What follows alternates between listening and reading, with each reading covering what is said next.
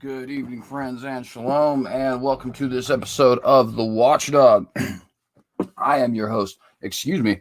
That's pretty gross. Anyways, I am your host, CJ Cox, here to tell you today that we, my friends, are living in biblical times. I want to go ahead and welcome everybody who is here with us today for the hour. Sorry that we are doing this on a Tuesday today rather than our usual Monday episodes. Obviously, last week,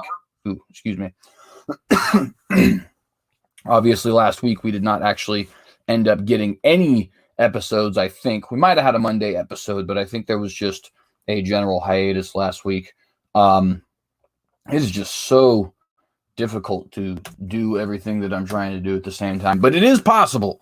It is possible. So really, I just need to get better at it, right? But nonetheless, thank you guys all for being here today. Let's go ahead and go through a little bit of the channel housekeeping before we get started. I want to remind anybody who is here that if you are here, please do like and share this video. Please subscribe if you have not done so and hit that bell to get notified of every time we go live. Please share this video to all the different social media platforms which you frequent. Of course, what good is a message without an audience to hear it? If you guys want to help support not only this channel, but also alternative media and help fight the good fight against the big tech overlords, I would like to recommend that you go follow this channel, The Synagogue. I don't call it The Synagogue News on these other two places, but I will change that here soon. The Synagogue on Rumble and BitChute. You won't be able to watch these episodes live there, but you can catch them after the fact, at least once we get everything figured out there, which should be either today or tomorrow. And of course, just using the website in general will help the alternative media platforms actually get popularity, get legitimacy in the eyes of the public. More people will end up using them. And then hopefully we can weaken the grip of the big tech overlords on not only us here on the right, but on the entire world. We don't want leftists to be censored either, right? Just because we aren't having them on our platform, right, doesn't mean that we want them to be kicked off of all platforms or be deplatformed, right? And so if you guys want to help fight that good fight, follow this channel. First off, get an account on BitChute, on Rumble. Then if you want to follow a channel, you can follow this channel at The Synagogue. Hasn't been posting stuff recently, but we're going to get everything fixed here today or tomorrow after a brief hiatus on those two websites just because of some problems. And yeah, that'll be definitely something really helpful. And also, another way you can help contribute to the downfall of the big tech overlords is by going to social media alternatives, right? You don't have to just go to video streaming alternatives, but there is actually social media alternatives as well. If you want to find your boy on one of those accounts, I do have a Gab, I do have a Parler, I do have a Minds. Once again, The Synagogue is how you can find me. I don't differentiate between my political and apologetics content on those particular websites, but if you want to follow me on those websites, please do. Please make an account and follow everybody else who you can on those websites. Again, this is how we are going to fight big tech overlordship. Not by asking the government for help, not by repealing Section 230, even though we probably should, not by breaking up the tech companies, not by suing, but by actually using the competition, right? And making sure that all of these companies understand that there is a certain way you are going to deal with us, or you're not going to get our dollar, you're not going to get our accounts, you're not going to get our watch time, right? So if you guys are interested in any of that, please absolutely consider getting accounts on those websites. And by the way, you can also follow me on Facebook and Twitter as well. I am on both of those websites as The Synagogue. So any of those different places, you will be able to find us. Don't have any real announcements for this channel because unfortunately, since we broke this channel off from the apologetics content, it is somewhat unpopular again. So we're kind of having to build back up to where, people are taking it seriously and I'm getting interviews and stuff like that, which is perfectly fine. It's the Lord's will. But just, a lot of slow paces, I guess, is what I'm trying to say. Might not even be the right word there, but nonetheless, fact is we don't have much to announce, right? You can, of course, check out my interview with Ammon Bundy, which is a couple weeks old now at this point, came out August the 6th, where we discussed basically his campaign for governor of Idaho. By the way, vote Ammon Mundy, governor of Idaho 2022, if you're from this state. But other than that, not anything as far as announcements are concerned. So we're going to go ahead and jump right into our pre-article discussion for the day. And what I want to talk about today is, well, as far as like the pre-article discussion, of course, right? Because once we get into the articles, obviously we got the headliner and a few other things to talk about. But what I want to talk about for our first portion today is some more thoughts on Afghanistan, right? Now, of course, I have already given you guys a good deal of my thoughts on Afghanistan. And if there's some of you who do not actually know what those are, if you go see, I think my last 2 episodes of the Watchdog, you will see me talking quite a bit about Afghanistan. I know my very last one, I think, is actually talking about Afghanistan as the headliner. And that's where I gave a lot of the opinions. So if there's something I miss here, definitely go ahead and check out the video there, and you'll be able to see that I did actually talk about whatever it is that I have been missing here. Unless it is just something I missed, in which case, let me know, right? Obviously, we want to make this channel better. However, I wanted to give a few more thoughts on Afghanistan. Some of them just repetitions of the self-same thoughts, and some of them new thoughts, simply because it's a very complex situation, and I think that it warrants some serious discussion. Discussion not coming from demagogues and sycophants like we see on, unfortunately, both right-wing and left-wing news. I should have flipped those, both left-wing and right-wing news, right? Obviously, I'm a right-wing person talking to a right-wing audience. But you guys get the idea. The point is, Fox can't be trusted. CNN can't be trusted. OANN is a little bit better, to be honest, but really they can't be trusted. MSNBC can't be trusted, right? Not because these people are necessarily liars, although sometimes it is because they're blatantly liars. For example, we've seen Don Lemon and Brian Stelter tell blatant lies, right? But a lot of times it's also just because they're demagogues, right? They're not interested in truth. They're interested in their side. And I think that this is a big enough, really not even just event, but like this is a big enough historical moment, the fall of Afghanistan to the Taliban, that it warrants more discussion beyond that, right? And so I hope that we're able to provide some of that here today. But what exactly do I want to say, right? I'm just talking about Afghanistan itself, not anything in particular, right? Not giving you any details. And there's a couple things that I think we need to remember when it comes to Afghanistan, right? The first thing that we need to remember is that we very likely should not have been there in the first place. Now, why do I word it that way? Well, because obviously we were attacked September the 11th, 2001, right? And in the heat of the moment, it definitely makes sense for people to want to go to war at that particular time.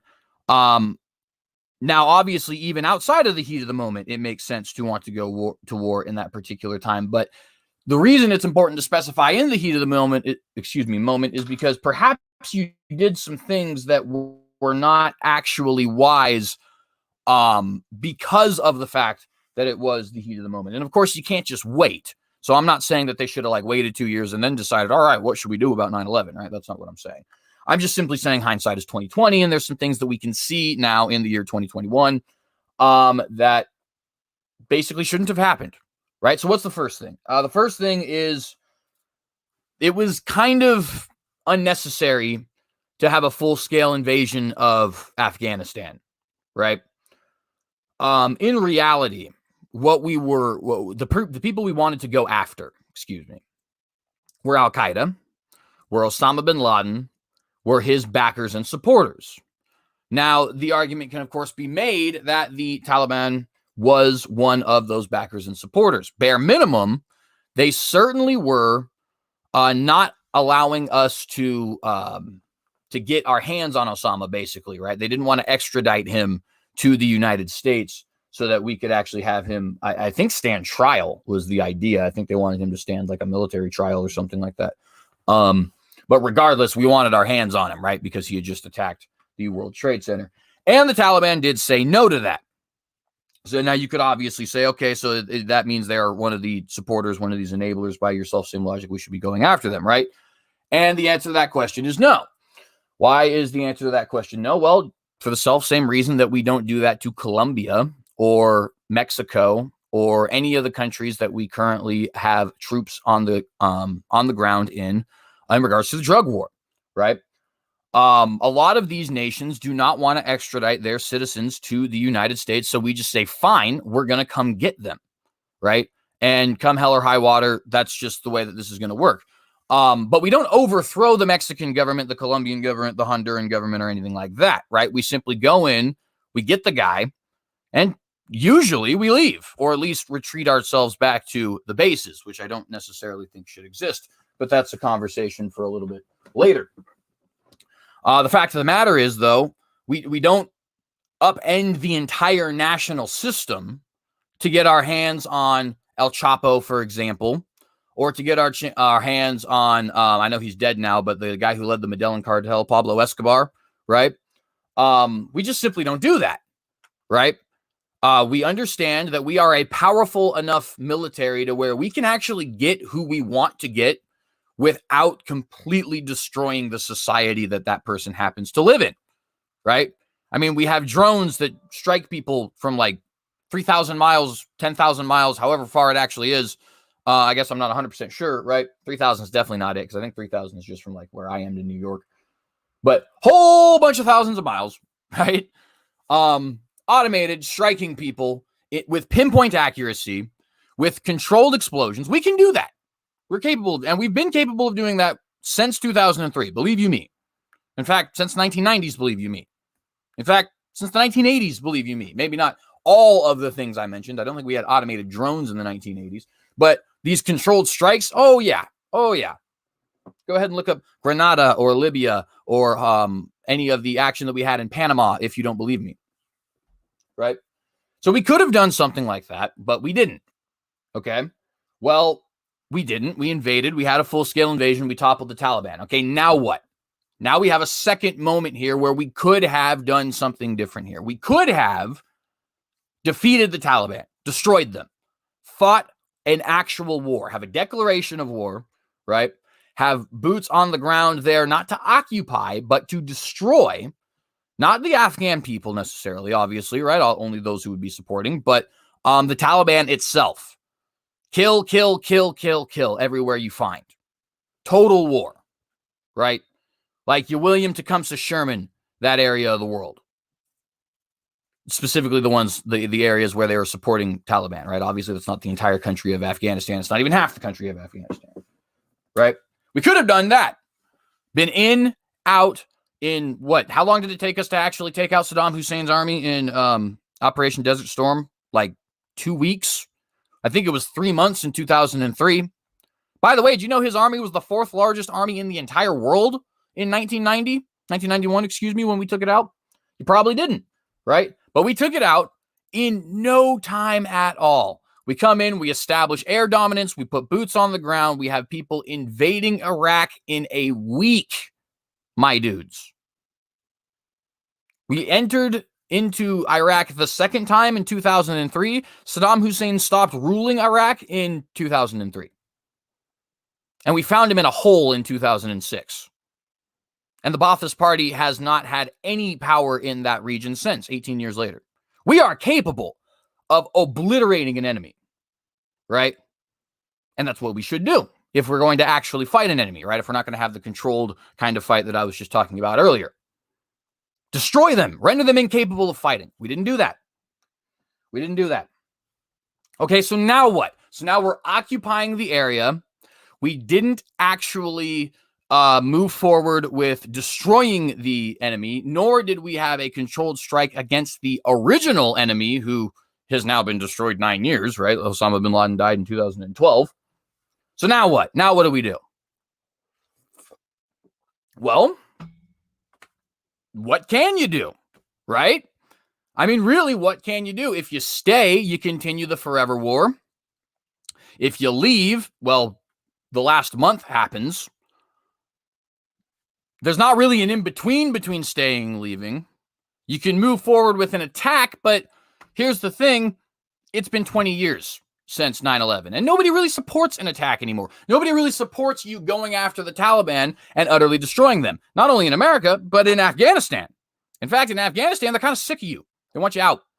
So literally, what can you do? My point here is simply to say that this sort of bed that we have here was made a long time ago. And what is it? All the chickens come home to roost or something like that, right? That's the old saying. Not all of the chickens have come home to roost, believe you me. Okay, this is going to be a huge, huge, huge problem for the rest of our lives. I promise you. I promise you.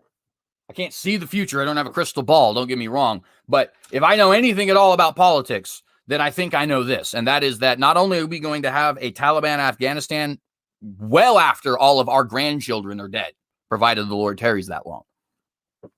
But also the blowback from this situation, from not doing one of those two things that I mentioned earlier, either A, having a controlled fight where we just took out Al-Qaeda, or B, actually fighting the Taliban and destroying them, right? Because we didn't do those things, we now have a bed to lay in, okay?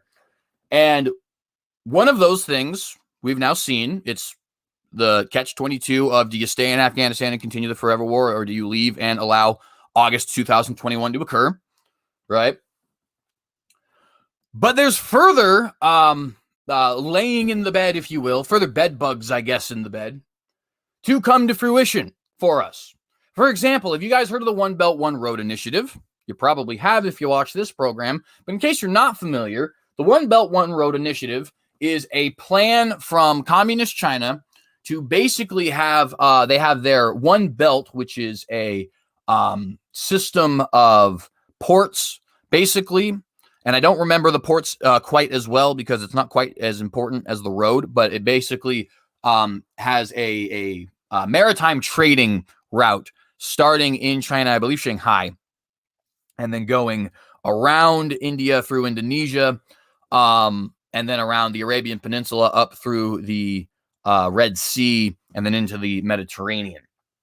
Obviously very important, but excuse me. Also something that could be done without necessarily having to embark on the massive project that the One Road aspect of the One Belt, One Road initiative is.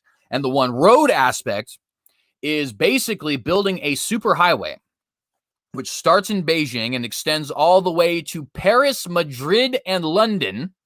Did not make that up. Paris, Madrid, and London. Okay. And this highway would pass through a total of 53 sovereign nations, connecting them on one superhighway. You may not have heard about that, but now you have. I'm going to go ahead and screen share in just a second to show you guys the actual photo of China's plan. And this is, by the way, not a conspiracy theory plan. You can go ahead and look this up for yourself. This is a very well-known plan. China's quite open with it. Right? It's not one of those things that people are like hiding or anything like that. So if it sounds conspiratorial to you, it's not. Don't worry. All right. So China wants to build this One Belt, One Road initiative. And of course, some of the obvious reasons they would want to do that is it kind of makes them the center of trade, at least in the old world, which, to be fair, is the overwhelming majority of its population and land. Right? But the other thing is that it creates a sort of general connectivity between the old world, right? When you have this sort of globalist idea, which we see not only in China, but also, of course, the European Union believes very strongly in the ideology of globalism. Very many on both the right and left here in the States believe in the ideology of globalism, which is basically this idea that we should have a society of humans that comes together globally, right? Rather than in a fragmented national or tribalistic manner, right?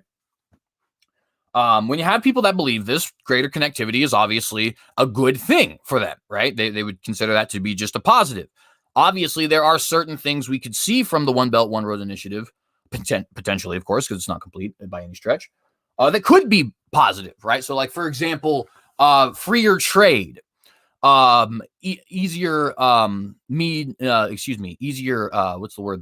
ease of communication and transportation of peoples, right? These could be positive things. You could potentially see not only freer trade, but also less expensive trade in general, What I mean by that is, so free trade means you're not having like tariffs and things like that, right? And also the trade is moving freely.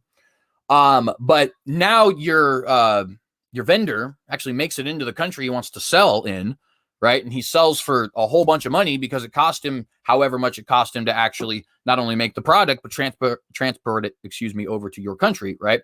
Well, now he can potentially reduce that because there's this convenient little pathway, that he can just transport his goods on all the way to London, cost him almost nothing at all, right? That reduces the price. You can see some benefits from this. You can also see, of course, where China stands to gain wanting greater connectivity in general, and wanting to head that greater connectivity in general, and wanting to head the trade not only in the old world, but really in all the world. But here's the other thing, friends. Getting 53 sovereign nations to agree on the same building project means you have to get 53 sovereign nations to be in union with each other, at least of some kind. Also, if you have a highway that goes straight from Beijing into Europe, you also have a pathway for easy invasion from Beijing or China, really in general, straight into Europe. Now, why do I bring any of this up in regards to Afghanistan? Well, because, friends, the One Road Initiative has to pass through Afghanistan. Right? It has to pass through Afghanistan. Again, I'm going to show you an actual screen share here, right? So that you guys get an idea of what I'm talking about. But of course, it couldn't do that before this because there was, number one, just no stability in the area whatsoever. And number two, any stability that was going to come from it was coming from the United States of America, right? It wasn't going to be coming from any pro-China or anti-West, basically, sentiment, right? Or not sentiment. It wasn't going to be from, I'm fleeting with words right now. I apologize for that, friends. But nonetheless, it wasn't going to come from people who had anti-West sentiment, right? That stability 2 years ago, if it was to occur, was going to come from the Islamic Republic of Afghanistan, which was a Western-backed nation propped up literally by Western troops, right? Now, China has an anti-West nation in Afghanistan, which borders China, by the way, just barely, but it does border China, right? That they will now be able to use not only as a proxy nation, which is why the Taliban are going to remain in power for the rest of our natural lives, in my opinion, but also they have a nation that they can now start to say, hey, we're going to give you all this prop up. We're going to fund you. We're going to trade with you, all this different kind of stuff. You got to let us build our road. And to be honest with you, the Taliban are probably going to be like, all right, cool. I'm totally down to have Chinese troops come in here and build a road. I mean, it's not like I haven't been foreign troops here occupying for the last 40 years anyways. At least you guys are friends. You know what I mean? And let me go ahead and share my screen here for you so I can give you guys an idea of this image, or of this plan through this image, right? So this yellow dot, this is, or the yellow dotted road, right? This is the proposed road, right? The highway. The blue you can see here is the maritime routes that I was talking about, right? And you can see there's even some places that I didn't even mention, right? So like it stops in Djibouti, in Kenya, but you can see the idea basically going. It's not actually in Shanghai. I was wrong about that. I'm not sure where this is. Is that Guangzhou or is this Guangzhou? Anyways, it starts right here, and as you can see, it goes through Malaysia and Indonesia, or around Malaysia through Indonesia, right? And then around India here, through the Red Sea, and then into the Mediterranean, right? Actually ending here in, not what I meant. Oh, I guess that is what I meant then. Made it bigger. Actually ending right here, where it will meet the one road in Italy, actually, which isn't it ironic that it would meet the meet the one road in Italy, which just so happens to be the seat of the Pope. That is my own personal conspiracy, but nonetheless. Now, if you follow the yellow, which is the one road, You can see it starts here in Beijing, right? And goes through, obviously, China. Now, it doesn't actually go through this little itty-bitty border right here. I'm going to try and zoom in. Oh, I can't zoom in too much for you guys. If you can see where my mouse is, you can see that there's just the littlest lick of Afghanistan, right? And it borders China. And they're not actually using that direct route because that would have to take them over the Hindu Kush Mountains, which would basically be utterly miserable, right? But you can see here is Afghanistan bordering China, right? So what they want to do is they go up here through, what's this? Xinjiang. Sorry, that's what it's called. Xinjiang, which, by the way, happens to be where all these Uyghur Muslims are being persecuted and put in concentration camps. Just so you know, there's never only one reason for something. Okay, part of the reason they're putting these people in concentration camps is because of the One Belt, One Road initiative. They need to build through that land, and these people consider themselves independent of China. But anyways, sorry about that. So starting at Beijing, goes through Xinjiang here, and then it'll actually go into this country here, which I believe is Kazakhstan. And then from this area, actually, will pass through a few of these smaller nations. I believe this will be Turkmenistan and Uzbekistan, and then go from there into, and I'm not 100% sure about that because I get a lot of these particular Central Asian stands mixed up, so I apologize for that. But the important thing for our conversation is once it passes through the different stands in Central Asia, it then is going to, as you can see, get here into Afghanistan, right?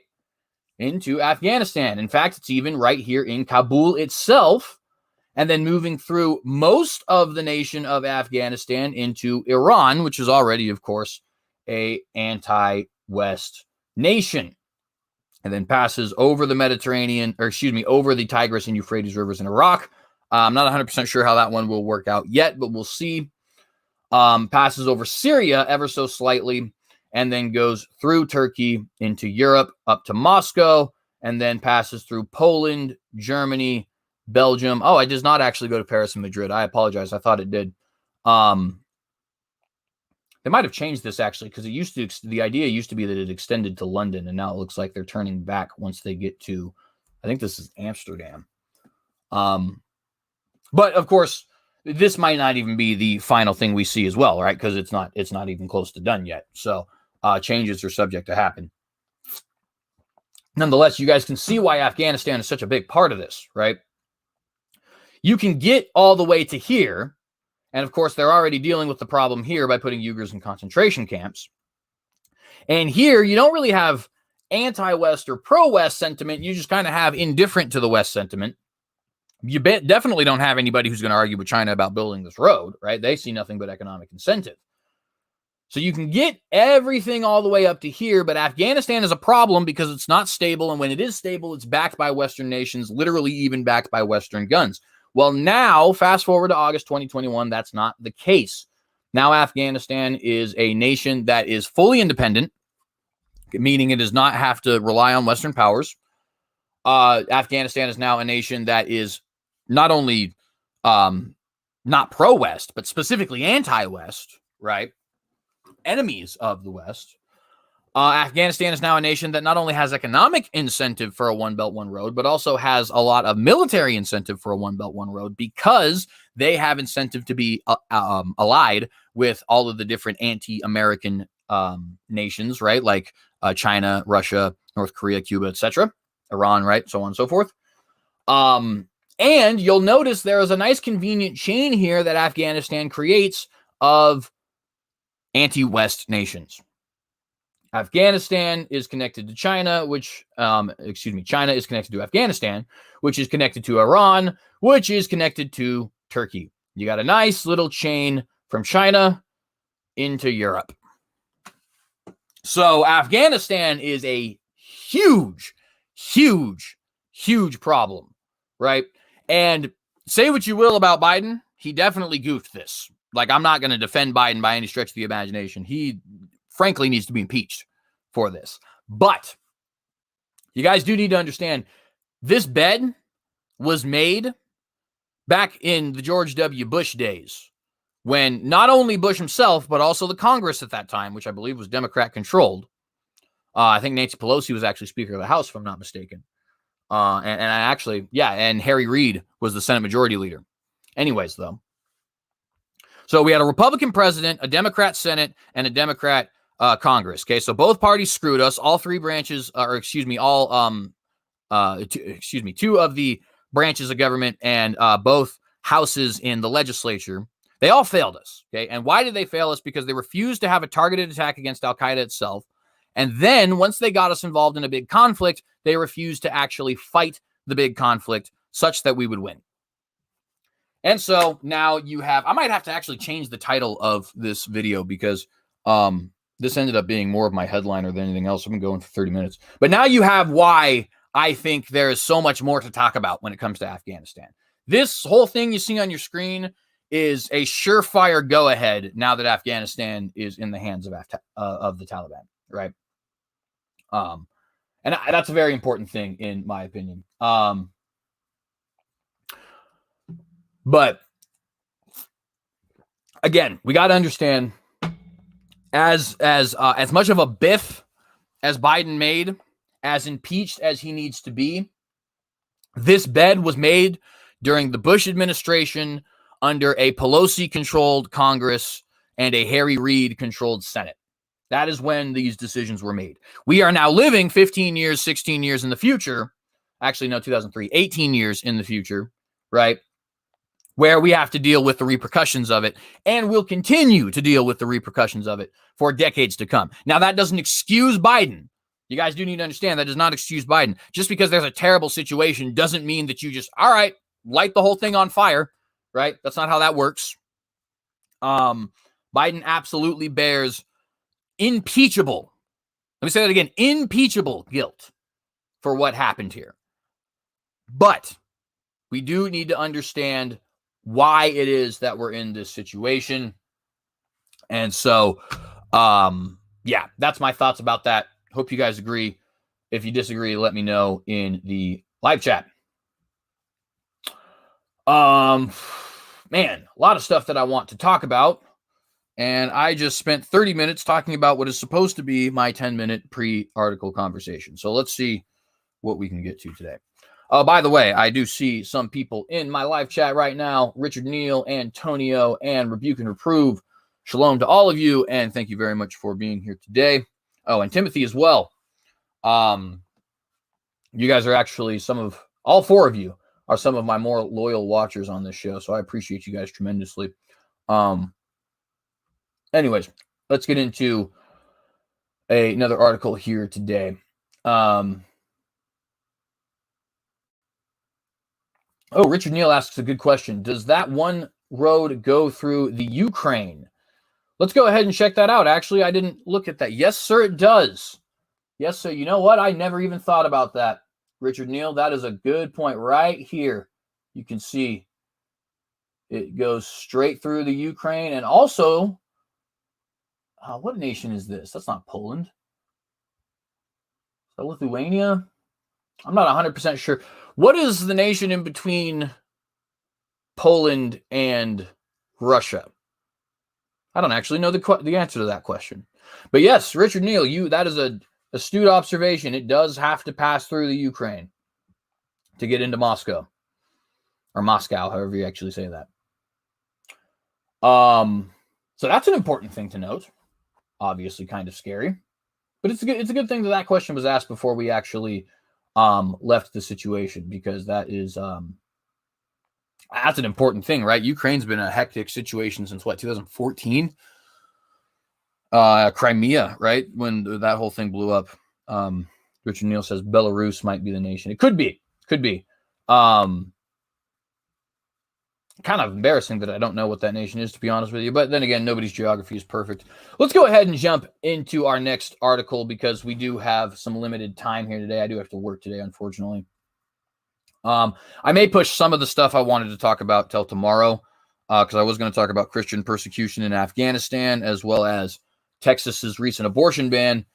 But since I already spent 30 minutes talking about the One Belt, One Road, and I have a headliner to get to, I think we're going to just jump to the headliner, and we might push everything else off till tomorrow. We'll see what happens. Let's see how much time we have. At any rate, though, We'll go ahead and pull up the article here. There is talk about talk in Israel. Now, real quick, actually, let me pull something up here. Real briefly so that I can actually get, because I want to go to the article, but I also want to show a little bit as to the importance of this particular thing. Because if you look at the news right now, this is actually the top Israel story for a lot of people, outside of COVID, of course, because Israel is just constantly talking about COVID. At least it was when I pulled it up. So let me go ahead and check that real briefly.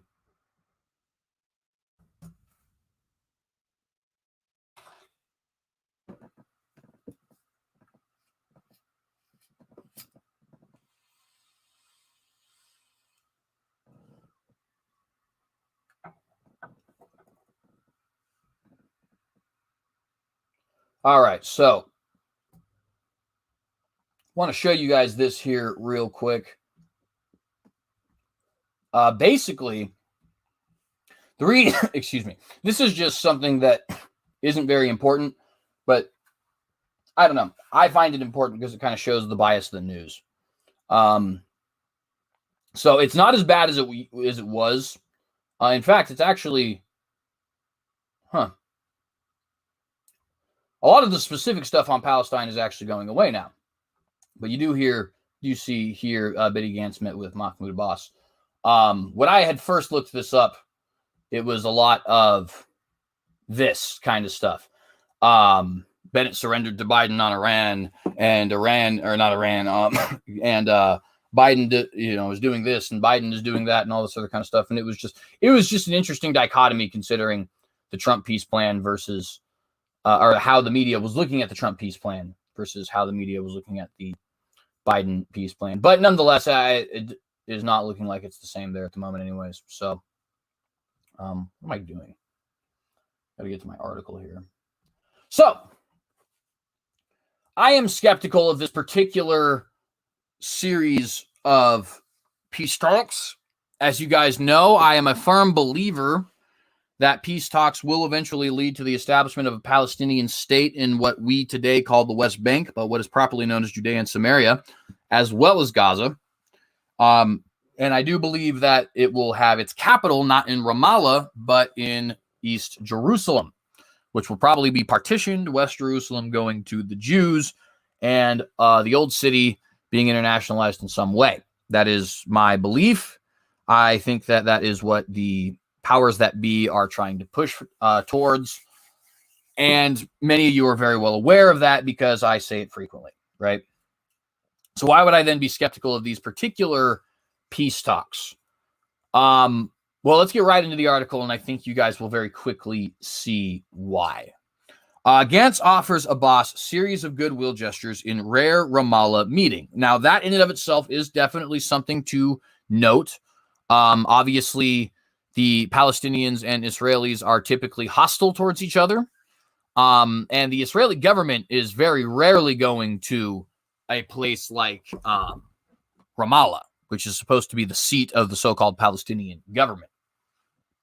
Especially an Israeli government that is led by Naftali Bennett, who is supposed to be a far right-wing Kahanist kind of radical, which we are quickly discovering is not true. And of course, I had said this at the time that this coalition was made. He would not have made this coalition if he really believed the things that he claims to stand for. And by this coalition, I mean this current Israeli government. But nonetheless, here we are. Gantz met with Palestinian leader just hours after Prime Minister Naftali Bennett returned from Washington, D.C. Now, that is an important thing to note as well, because I do believe that the left will end up doctoring the Trump peace plan to make it more palatable to the Palestinians and make it better reflect what I just described to you guys. For those who don't recall, the Trump-Kushner peace plan basically says that most of what we now call the West Bank, as well as Gaza, would be established as a Palestinian state, but that areas currently settled in Judea and Samaria by Jews would go to Israel, and then does the whole shebang about partitioning the city, though it doesn't make any mention about the internationalization of the old city, right? It is my view, because Palestine rejected this offer, it is my view that we will probably see a doctoring of this offer to better fit the 1999 Shimon Peres Vatican peace plan, which stated what I had just previously said to you guys. All of Judea and Samaria, what we call the West Bank, as well as all of Gaza, go to Palestine for a Palestinian state to have its capital in East Jerusalem. All of what we today call Israel proper, and they'll probably throw the Golan Heights on there, as well as West Jerusalem, go to Israel, with their capital being in West Jerusalem. And then the old city, where you get the Church of the Holy Sepulchre and basically anything that ever happened in the Bible, the Dome of the Rock, the Temple Mount, the Western Wall, all that kind of stuff, that would be internationalized. Now, it is important to note, when I say this, that I do not have direct evidence that says this is going to happen. Okay, you guys need to understand this is my J theory. This was a plan that was pitched in 1999 by the Vatican and Shimon Peres, who was the president of Israel at the time. And the plan had some popularity and some traction, but really nobody was interested in a two-state deal at that particular time. As clearly evidenced by the incredibly long Likud government led by Benjamin Netanyahu. Long reigning, I mean. Excuse me. Now, that plan did seem to kind of die out, right? But I have said time and time again that I believe that it is the Vatican's current plan to get that moved forward, and that they wish to internationalize the old city as the seat of their United Nations of Religions, which Shimon Peres pitched to Pope Francis. There's that name, Shimon Peres, again, and there's him talking with the Vatican again. And for those who don't recall, September 2014, he pitched the idea of a United Nations of Religions to Pope Francis and suggested that Pope Francis lead such a thing. Ever since then, Pope Francis has been very much involved in perennialism and in ecumenism, and I think that we can clearly see why. He's also been very involved in the Arab-Israeli and Palestinian-Israeli peace talks, and I think we can see why. Now, then Trump pitches this plan, and it's really similar to the Shimon Peres Vatican peace plan, but Palestine rejects it, right? So, yes, it is only my theory that they're going to end up bringing back the Vatican peace plan of the 1990s. But it's not like it's a theory without any warrant, right? We do see Pope Francis very highly involved. We do see him getting very highly involved because of what he was told by Shimon Peres, who originally pitched this plan. We do see that the Trump plan was incredibly similar to this plan, but Palestine rejected it, meaning a plan that is actually going to get us a two-state solution has to be more pro-Palestine. How do you get more pro-Palestine? Well, you maybe give them all of the West Bank as well as East Jerusalem as a capital. I don't know. I'm just saying. That's what I think is going to occur. If that does occur, the Israeli government is going to be watched over by another nation, more likely the United States. And it does just so happen that Joe Biden is a Catholic. I don't know if that necessarily means that he wants the same plans as Pope Francis, right? He could have his own political agendas, of course. Just because he's a Catholic doesn't necessarily mean that, right? But it is possible that he could see himself as somebody who is enacting the will of this new progressive pope. And so it is important to note that Naftali Bennett is returning home from Washington, D.C. when this happened. Even though, like I said, I am still kind of skeptical of what we're seeing. But let's continue on to the actual article, because I've given you nothing but Jay commentary so far.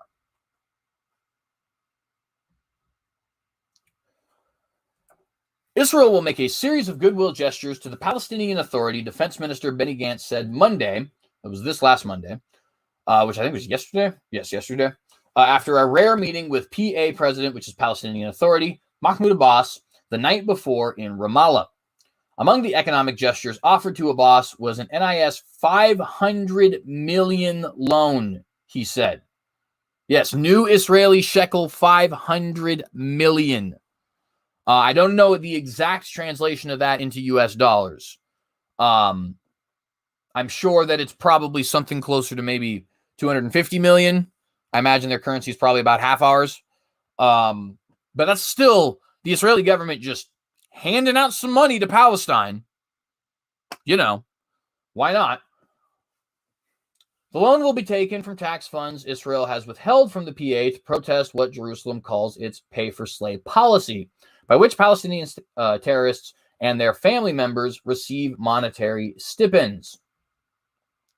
The two men also spoke about ways to regulate the status of thousands of West Bank Palestinians who lack documentation, as well as ways to streamline digital VAT accounting for all Palestinian businesses that make purchases from Israel. Many of the permit applications for Palestinians will be digitized to streamline the process and make it easier and cheaper. So you can already probably see some of the reasons why I am skeptical about this. This isn't actually peace talks. Rather, this is nothing more than some loans, first off, which nations give loans to people they hate all the time. Just think of how much money we are in debt to China. And a series of talks to potentially lessen the economic stranglehold on Palestine, which, to be fair, is a key of peace, but it's not actually the peace talks itself. And again, nations have, trade with their enemies all the time. And again, I reference China or Cuba for that matter, right? President Barack Obama ended the embargo on Cuba. And I think actually Trump did put it back on again, if I'm not mistaken, but at least for like 5 years, or sometime at least. There was some time that we did not have an embargo on Cuba. I guess I shouldn't give numbers since I don't really remember the numbers. Nonetheless, the move also includes an additional 16,000 Palestinians to work in Israel and having the civil administration approve more Palestinian building projects in Area C of the West Bank, which is under full IDF military and civilian control. Now, it's another reason why I am skeptical of this is Israel is not relinquishing any control. And I personally believe, I don't think they should.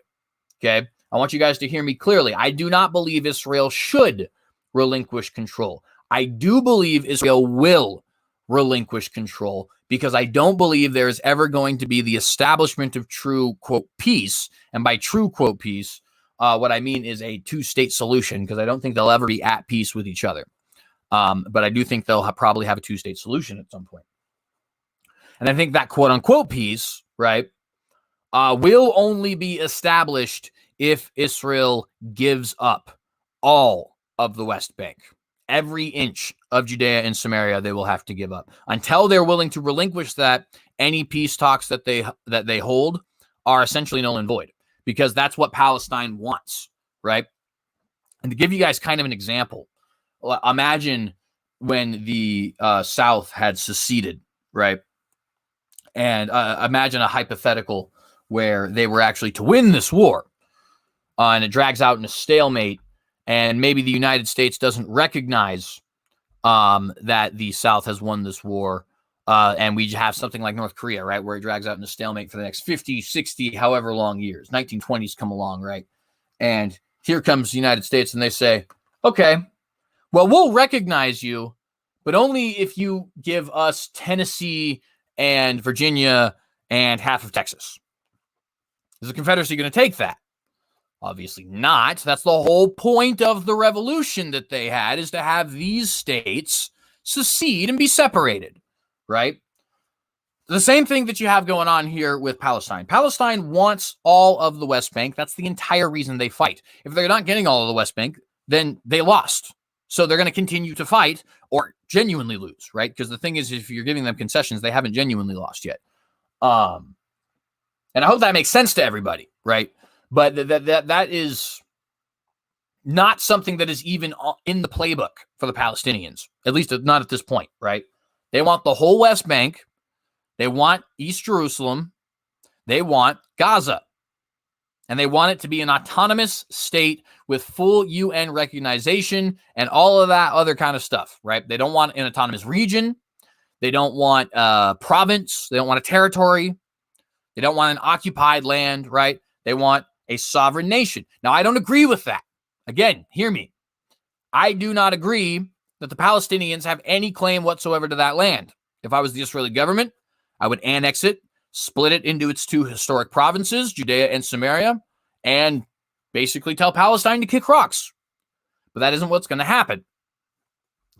And I am convinced that this is the case, if we are on an inevitable path towards a two-state solution, then the fact of the matter is what we're seeing here as far as this, hey, we're going to give you a loan and we're going to, kind of let you guys work in the areas we live in. It's all bull.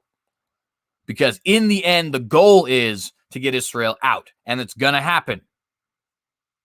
If we are on this inevitable path towards a two-state solution, as I believe we are, it's going to happen.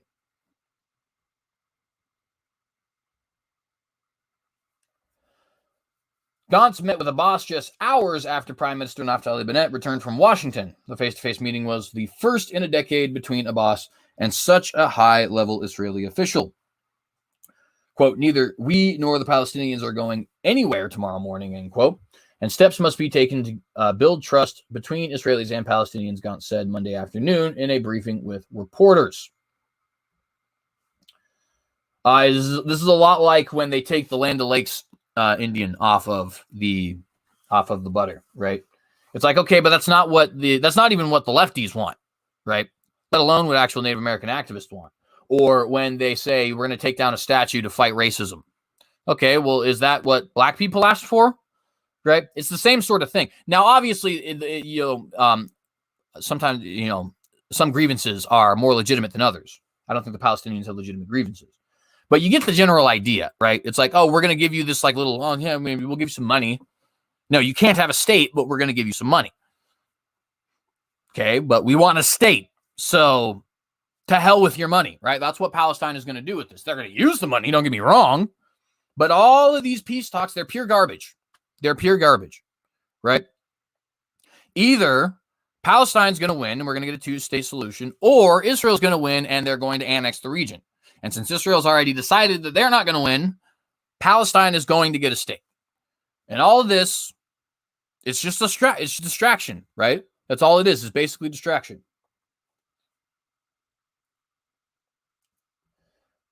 I came to the meeting to build trust and safeguard the... Oh, wait a minute. I skipped a paragraph.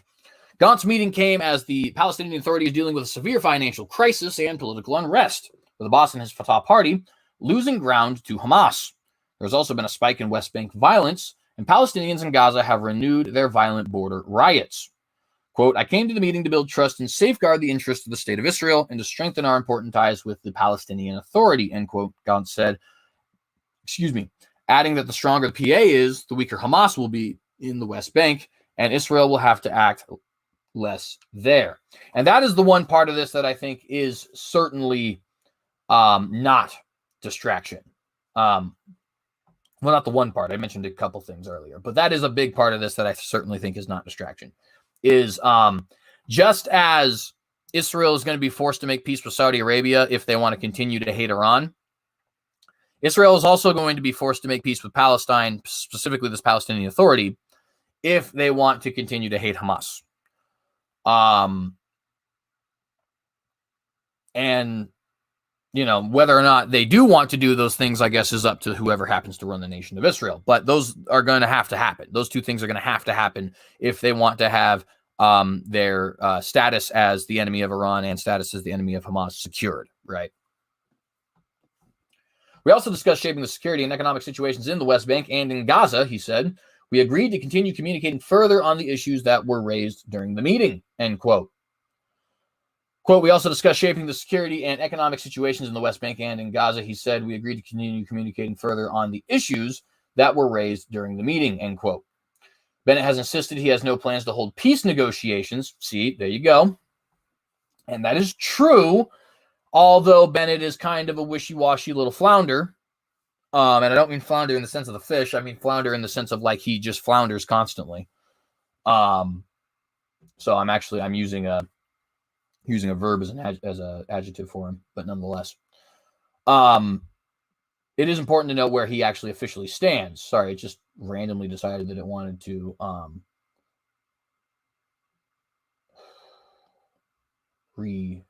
refresh on me, and I hate when it does that, but nonetheless. Bennett has insisted he has no plans to hold peace negotiations with the Palestinians. When Bennett took office, he did not exchange customary words with Abbas.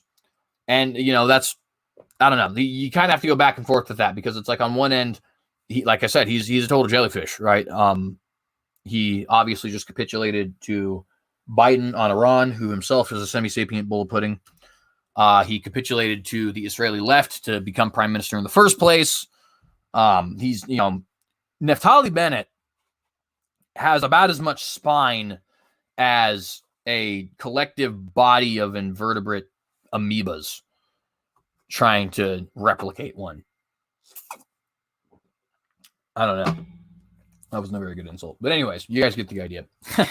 And yet on the same end, since this is his official stance, obviously this is not peace negotiations, which is precisely the point I'm trying to make to you guys. So, yes, it is true that he's a jellyfish and he's probably going to capitulate, but yes, it is also true that this is the official Israeli position, and so we are not to look at these, I think, as peace talks, as so many in the Western media would like to spin it. I cannot talk today. Anyways, I cannot talk most days, though, so I guess you guys are used to it. Bennett does not support a two-state solution, but has said he would not try to annex parts of Judea and Samaria as the head of government that spans diverse parts of the Israeli political spectrum. And there's that capitulation I was just talking about. He said that Judea and Samaria belongs to Israel, but since you guys are going to be so kind to me and make me the prime minister of the country, I guess I won't fight for what I actually believe in, which is utterly hilarious, right? It's, in other words, he really believed that he should be the prime minister. That's what he really believed. Everything else he believed was just kind of means to an end. A source close to Bennett clarified that the prime minister gave his consent to the meeting in advance, which of course he did, right? Benny Gantz is the defense minister of his government, so duh. Quote, "This is a meeting that dealt with joint everyday issues about the security establishment and the Palestinian Authority," the source said. "There's no diplomatic process with the Palestinians, nor will there be," end quote. Now, if the basic conclusion I'm trying to get through to you guys about this particular meeting is this is true. There is no diplomatic process with the Palestinians. If any media is twisting this as peace talks, they are lying. But this is not. Bennett will absolutely cave. And if he doesn't, which I believe he will, but if he doesn't, he's only got a year and a half as prime minister before he passes it on to who's the other guy? Shoot, his name is fleeting me now. Is it Lapid? Oh man, this is going to drive me crazy. Super liberal guy though. It's going to come to me in the middle of reading this, and it's going to make me mad. Anyways, as soon as it comes to me, I'll drop it on you guys. But that is irritating.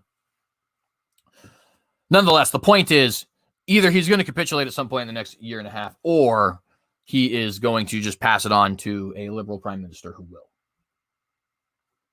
Bennett does support moves to improve the Palestinians' quality of life and to stabilize the PA, which he views as helpful to Israel's security, which is somewhat of an oxymoron, right? It'd be kind of like, okay, well, we don't like communist Cuba, so even though Jamaica hates us, and I'm not saying Jamaica does, but this is just an example. So even though Jamaica hates us, we're going to go ahead and fund them because that'll improve our security. That's absolutely brilliant. Anyways.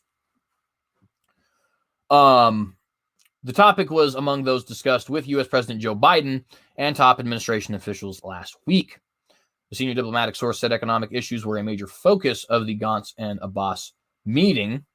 Gantz believes an in-person high-level meeting would be the way to move proposals forward, the source said. But the source was skeptical that Abbas was the key to concrete progress or that much would come of the meeting. Abbas is very near his own death, to be fair, so that might not be a problem soon. I don't say that because he's sickly or anything like that, but he's just a very old man. I believe he's in his 80s, if I'm not mistaken. A portion of Sunday night's Gantz-Abbas meeting in Ramallah was also attended by coordinator of government activities in the territories, Major General Ghassan Al-Yan, Hussein Al-Sheikh, head of the PA General Authority of Civil Affairs, and Majid Faraj, head of the PA General Intelligence Service. Gantz and Abbas also met alone. And of course, here's a picture of Gantz with a bunch of his Israeli chief of staff, or Israeli staff, I should say. I don't know if they're the chief of staff. Yeah, this one's the chief of staff. And this one is somebody else, I guess. Anyways. Gantz telephoned Abbas in July to convey the good wishes for Eid al-Adha, or the Feast of Sacrifice. President Isaac Herzog, himself a liberal, also spoke with Abbas in recent months. Direct talks between Israel and the PA broke down in 2014 and have not been renewed. Those rounds of talks brokered by former U.S. Secretary of State John Kerry did not include an Abbas meeting. Abbas met with former Prime Minister Benjamin Netanyahu twice, once on the sidelines of the UN General Assembly in 2009, and again in Washington in 2010. They did occasionally speak by phone, with the last such conversation taking place in 2017. So regardless of if this is a distraction or not, it is certainly a break of tradition. But, friends, there's a plot twist at the end of this that I went ahead and hid for you. Are you ready for the end of this article? Because it kind of proves my entire point. Abbas also came to Jerusalem for the funeral of former President Shimon Peres and has spoken informally both with Netanyahu. Oh, come on. Why does it do this? I hate when it just decides it wants to refresh randomly. Like, that literally is the most infuriating thing on the entire planet. But anyways, not literally. That was a lie. Abbas also came to Jerusalem for the funeral of former President Shimon Peres and has spoken informally both with Netanyahu and former President Rivlin. Peres met Abbas at the Vatican. Wait, where did he meet? Peres met Abbas at the Vatican? Where? With who? At the Vatican? With who? Pope Francis? In when? 2014, when Shimon Peres pitched the idea for a world nation, a United Nations of religions, right? The same Shimon Peres who wanted a Vatican peace plan that partitioned the land into Palestine having the West Bank and Israel having Israel proper. Do you see why, friends? Do you see why all of this is obviously leading to the partition of the land, West Bank to Palestine, Israel proper to Israel, and the split of Jerusalem with the old city going where? The Vatican. And all this bull. We're going to give you $250 million and all this other kind of stuff. And, Donald Trump has a peace plan and blah, blah, blah, blah, blah, blah, blah. Crap. It's crap. This is the goal, friends. They want a Palestinian state. They want a divided Jerusalem. They want the old city for themselves.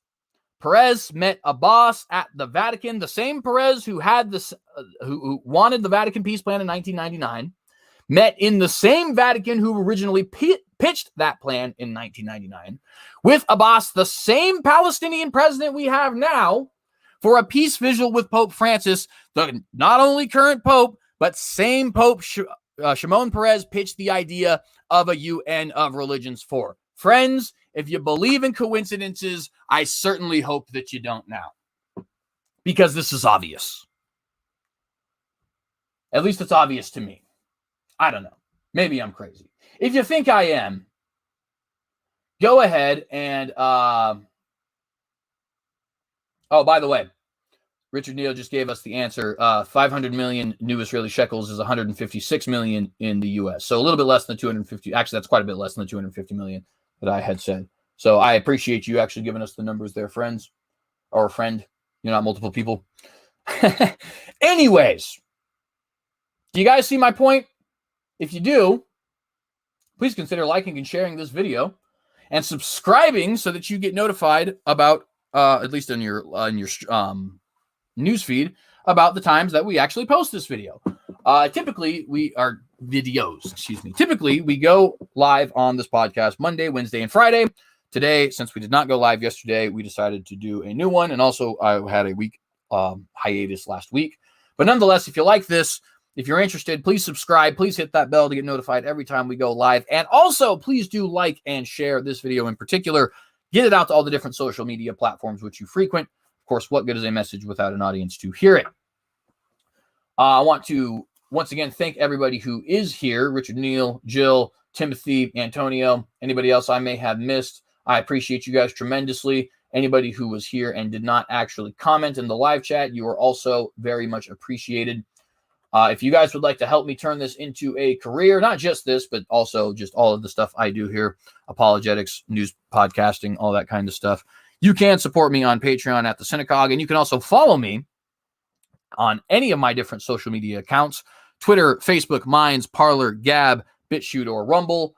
At the Synagogue, I will be findable. Please do remember to get yourself a Gab, Parler, Minds, Rumble, or BitChute, or even all, to help fight against the big tech overlordship and actually help us to get our internet free speech back. And we will be back for you tomorrow, friends, hopefully 10 a.m. Mountain Time, to talk about some of the things that we missed today, as well as a couple of other stories. If you have any questions, comments, criticisms, concerns, critiques, think I'm an idiot, go ahead and drop that in the comment section below. And I want to remind you guys, be watchdogs, and in the face of Armageddon, will you compromise?